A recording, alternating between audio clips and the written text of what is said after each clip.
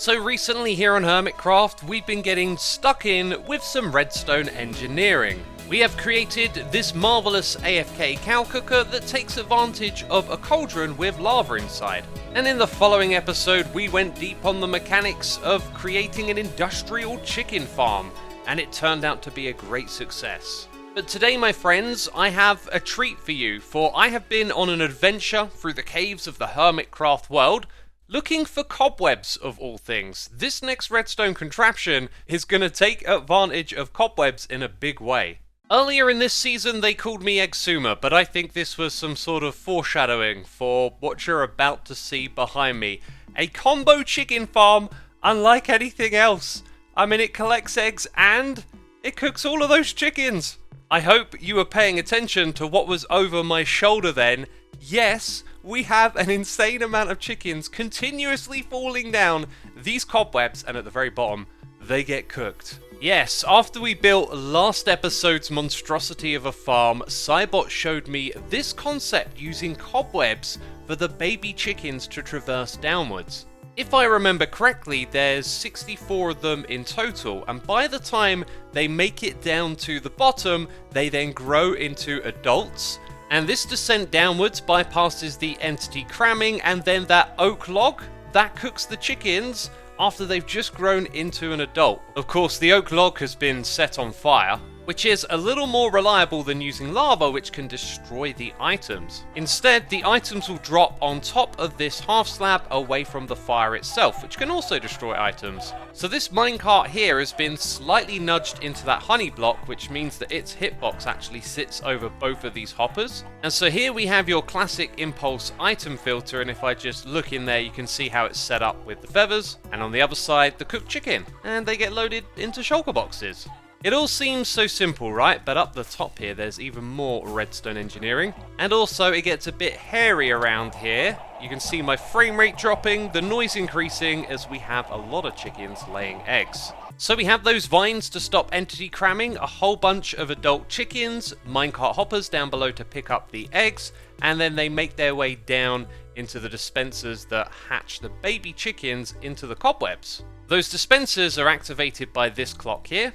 And when I hit the switch in the middle, we swap over to egg farming mode. So a moment ago, this redstone here was powering the target block. Because we've retracted this redstone block, that's no longer happening, meaning that the eggs that get laid get pulled off to the side and point into a shulker box, and that is our shulker box loader. So we may have not had a use for all these feathers and cooked meat, but surely there's something we can do with shulker boxes upon shulker boxes of eggs? Oh yes, I am feeling mischievous, that is for sure. There is a little more to say about this farm. You can actually ramp up the production way more. There's about 4 times the amount of chickens here in the test world, and as you can see, it's really hitting the frames. The maximum amount of chickens, though, will be throttled by the transfer rate of eggs through these item hoppers. And when it's running at max capacity, it will be able to have all the baby chickens come through the cobwebs without any entity cramming. At that point, the output gets rather insane, and you'd need a stronger system than the one that I built here to pick up all of those items,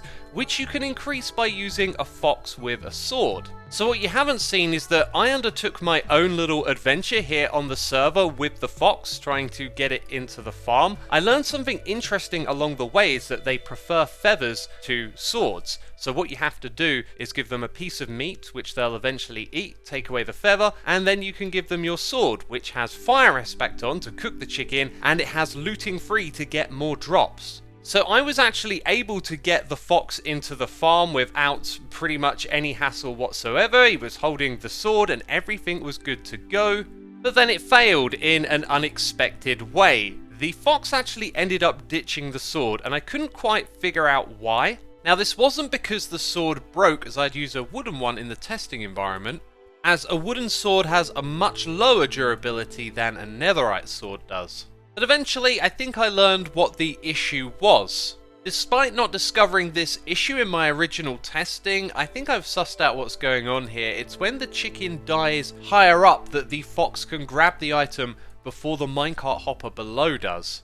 So there could indeed be a way to take advantage of getting looting out of this farm too. This, however, would require much more bandwidth for sorting items than this little setup. And I have one more amazing thing to show you. You can actually run this farm without the glass around the cobwebs, which makes it look even cooler, but there is a reason you may not want to do this. Let's go ahead and nudge a chicken. Oh, try again. Oh, here it goes. No? Well, it seems I am unable to recreate our original disaster just with one simple nudge. All of the chickens going up came flying out the sides. It was a beautiful sight, but unfortunately, I wasn't recording at the time. And I've been unable to recreate it no matter how much I try. So yeah, to be on the safe side, we would have glass going all the way up. So my friends, that is enough chicken madness for one episode, and you might be wondering why I'm in the end dimension. It's actually so we can go to the overworld. You have probably seen this message a bunch of times before in Minecraft, but it gave me an idea that needed testing involving the respawn anchor. What's going on, man? I am wrapping up my live stream. I've had a good old productive stream, hanging out, waffling, and building stuff, you know. So it's been pretty good. What were you building? What were you building? I built something that I was supposed to test and forgot to. You'd probably know the answer to this, right? The respawn anchor, right? Yeah. I noticed not the death message, but like when you appear at spawn, it tells you, you know, your bed or respawn anchor is missing. If I had a respawn anchor, I would go there if my bed was missing. But that might not be quite how it works. Oh, yeah. So I built this today. Oh, nice. Yeah. And there's pressure plates with, you know, glowstone and a dispenser underneath, so I kind of get... So you respawn here, basically. Yeah, and it activates whenever... it. Oh, okay. That's cool. Yeah, very nice. What I've done is I put my bed down. Oh my god, I was about to put it down. I don't even want to put it down and like accidentally right click. No. Yeah, definitely not. I just need to now see if like using the bed to set your spawn, if it will roll back to using your respawn anchor. Because it's in a different dimension. So it might... Yeah, I want to say it doesn't. Because I think it just keeps the most recent one. Like it doesn't keep the last two things you click, right? You want to put a diamond on that? I'll put a diamond on that. Oh, I'll put a whole diamond. We got a bet. Alright, so if I go to the end, I might come back here, but more likely I'll be at spawn. So I'll just come and find you at the TCG tunnel again, yeah? Sure, yeah. Yeah? And I'll let you know how it goes. And so just to be clear, you're gonna sleep in the bed. Yes, which I've already done. You've already clicked the respawn. Yes. Okay. So all I've got to do is go to the end, and then I'll find out. So, drop into here, fly over there. We're about to find out the moment of truth, the anticipation. Oh, boo! Doesn't work. Oh, I guess I owe Cub a diamond as well now. Well, I'm here to help. Whatever you guys need help with, or want to hang out and. Well, Cub needs some help gloating over me because I just lost a diamond. Woo! One diamond. Oh snap! Yeah, so it doesn't keep 2 respawn points, unfortunately. Yeah. Yeah, it makes sense. It feels like it kind of should though. Right? It'd it should be useful, have like a right? list. Yeah. So yes, I made myself a little respawn room at the junction between our main portal and the ice farm portal. And as long as I make a habit of just right-clicking on this thing whenever I see it, occasionally it will be quite useful, as I'll respawn, you know, really close to the portal to my base. The pressure plates here also help it refill as we have a dispenser full of glowstone, but I haven't used any yet. And that is because it only consumes the glowstone if you actually die. Of course, if you go through the end, you'll turn up here and you wouldn't have died. And as we discussed with Cub, wouldn't it be really cool if you could have both the bed and the respawn anchor work together? That way you could put your bed down in the overworld, sleep in it to pass the night and break it, and not worry about having to go all the way back to spawn. Leave a comment, let me know what you think. And while we're heading this way, you may remember that Cubfan mentioned he was working on the Hermitcraft TCG tunnel. That is this, and it is brilliant and hypnotic. And let's fly on through it. At the corner here, there is a beautiful display case for some of the cards. And here we have the portal that links to Cub's TCG pyramid. If we continue on further down, it'll actually go all the way out to where my one is. There is another display case here in the corner, and then it leads down to where I need to build my portal. And I also have a gym trophy to place on this block in the item frame, but I'm going to leave it for another day It's going to be beautiful when you see it, though. This project was part of Cubvan's Infrastructure Week, where he had been streaming over on Twitch, just doing loads of odd jobs that needed doing around the server. Why is that an emerald?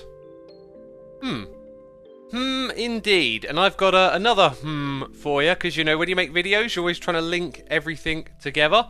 Here's the next what is this, then? Show me the coolest thing you own from Season 9. You may win a prize. Well, I know what my coolest thing is, but I'm not going to make getting there straightforward. We're going to take advantage of a lodestone. And because this is in another dimension, the compass will be freaking out, essentially.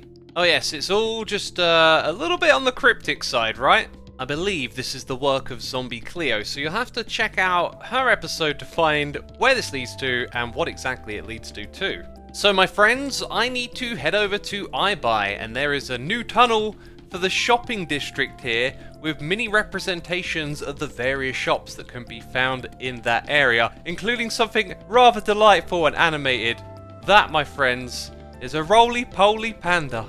Yeah, this guy's just like continuously going ham up there. I love it.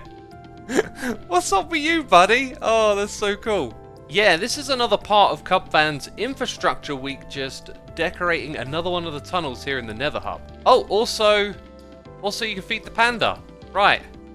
What happens when I do that? Oh, he's getting some bamboo. Distractions, distractions. I am here to measure up the insides of iBuy. This is because we have a shop to build, of course. And I have barely been able to fit everything in with the space that we have been given. We of course need to build 5 modules for our redstone contraptions that serve up the items to the customers, and it was a real squeeze, but I got there in the end. And the layout that you see here is just a layout, it's not aesthetic at all. That's what I'm going to be working on next. What blocks are we going to use to make this shop look really impressive? And while I work on that, I have some footage to share with you, just me and a couple of the other hermits hanging out, messing around with a really silly little mini-game idea. Do you guys want to come play a silly little game that I've got? Good. You just got to remember to set your spawn. Should we go through this portal here? Sure. Yeah, let's go. Remember to set your spawn. Yeah, that's always a good sign. No, you're going to die. You're going to, I'm telling you. You either die or you lose, or both. Hang on, let's go out the back. Yeah. X. You gotta stunt off here. It's mandatory. Come on this way. What I gotta do? You gotta hit the. Here, watch. Oh! Oh! There you And go, I you got landed. it, yeah. No, I Dang. missed it. Pro not very skills. good Go with on, Joe. skybox. That's pretty hard to do. Joe, you gotta land right here. Right here. Where do you gotta land? On that? That was some slick rocket there, the strength Jeff. chart, yeah. Strength chart. Oh, Close. I I'm did lucky. it. Nope, never gonna Oh. happen. Is it a slime block or something under there? Yeah, There's a you slime can block bounce under back there. up. Oh, is this gonna be like you have to drink the poison, then scaffold up, and then? You're Whoever can close, get but the it's more about Okay. coming down. Let's say you get on top of this scaffolding here, right? You can like stand in the middle of the scaffolding, and then aim at the very corner and hold down click, right? And you see me come down. But now what I'm gonna do is I'm gonna go up again, and I'm not gonna stand in the middle. I'm gonna stand at the very back like this, and then I'm gonna look at the very corner, and I will come down faster. If you see that. Now that you can come down. Oh, phantoms! I hate them. Uh-oh. Mojang, why? Jukes, noobs. Get good. But there's a catch. You can also come down too fast, right? And Yeah, when take you do fall that, you damage. take damage. Bang. Yep. If y'all are at the top together and you've only got half a heart each, you can break the scaffolding at different speeds as you come down. Oh, And so it comes down faster. Oh. If you like place the scaffolding, stand on it, and press F5, right, you'll be able to see the people either side of you. So it's like a race down, but if you go too fast, you take a hit of damage and then you die. Okay.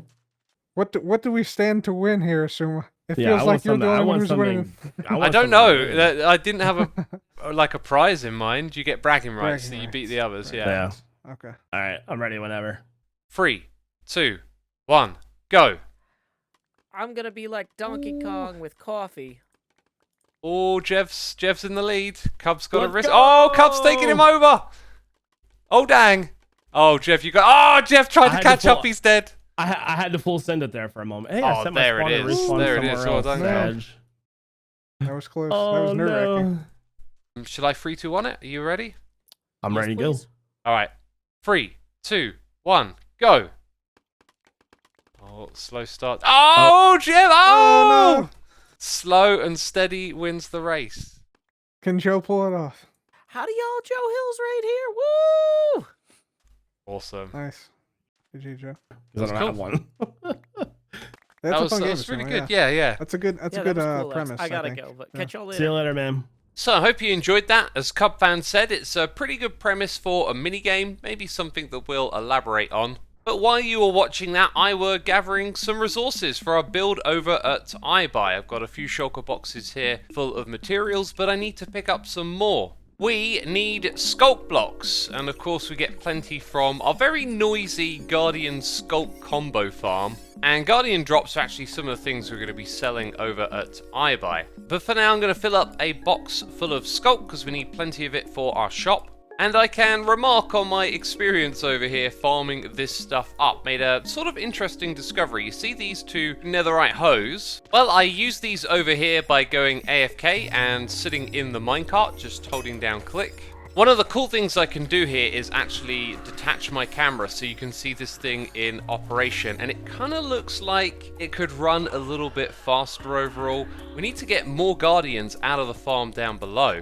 And we may just have a way to do that, but first, the durability on these hose, they go down so quick, it only takes 20 minutes of sitting in front of this thing, and then you need to stop using it before it breaks. And that's considering, I think this thing could run even faster. Oh yes, and I actually made myself like 2 extra hose here, so one of those I decided to make a fortune pick. And although that has no real effect here, what I can do is use this as an XP farm, and as you'll see I can then repair my other hoe, and this one doesn't really take any damage because of the mending. Now the way in which we might be able to increase the output of this farm is by putting a roof on top of this spawning area down here. So there is a line in the game's code that makes guardians more likely to spawn when there is a block above them. This is so that more of them spawn inside the Guardian Monument than outside of it. I don't know if that's going to take effect if the block is above the area of the bounding box for the Ocean Monument, but we're going to go ahead, put a roof on this thing and give it a try. So 1 sandstone roof later, and this thing feels maybe a little bit faster, but maybe I'm imagining things. I don't know, it feels like those blocks at the front there were the slowest and they're getting replaced and removed a lot quicker. The best way for me to test would actually be to run through one of these picks again, and if it takes less than 20 minutes before it gets close to breaking, then we've got an idea of if it's improved or not. Anyways, that's something for another time. We have a shop to build, so we're going to head back over to iBuy. So earlier in the episode, you already got to see the layout, and it's coming together now with some new materials. The glass really stuck with me. I couldn't get rid of it, and so I decided to put some sculk blocks underneath this, and it ended up going in a sort of dark and moody direction. And now you are really able to see that. The room is mostly finished. There is some big open spaces where our modules are going to go, and because that redstone is just going to take me a long time to put together, I felt like this was a good spot to kind of bring you back in. I really like the black concrete up the top here, very dark and ominous. And we're using some trapdoors as well. Over on this side, there's actually some subtle hidden lighting. Those are crying obsidian, which emit a small amount of light. And I've placed those just to stop things spawning up on this ledge. So the whole room is actually spawn proof. There's the crying obsidian, lighting behind the paintings, and then behind the modules on this side where the glowstone is. So the atmosphere in the middle is kind of dark and moody, but you'll be able to see everything you need to. And here it is, my friends. Look at this place. Absolutely snazzy. I really like it. I mean, we've got to get rid of these shulker boxes and we've got to put other ones in place, right? They're also going to be a bit color coordinated. You might notice there's some of that going on with the interfaces. But one of the big things that we're missing here is we don't actually know what's for sale yet. Of course, we've got to write things on these signs.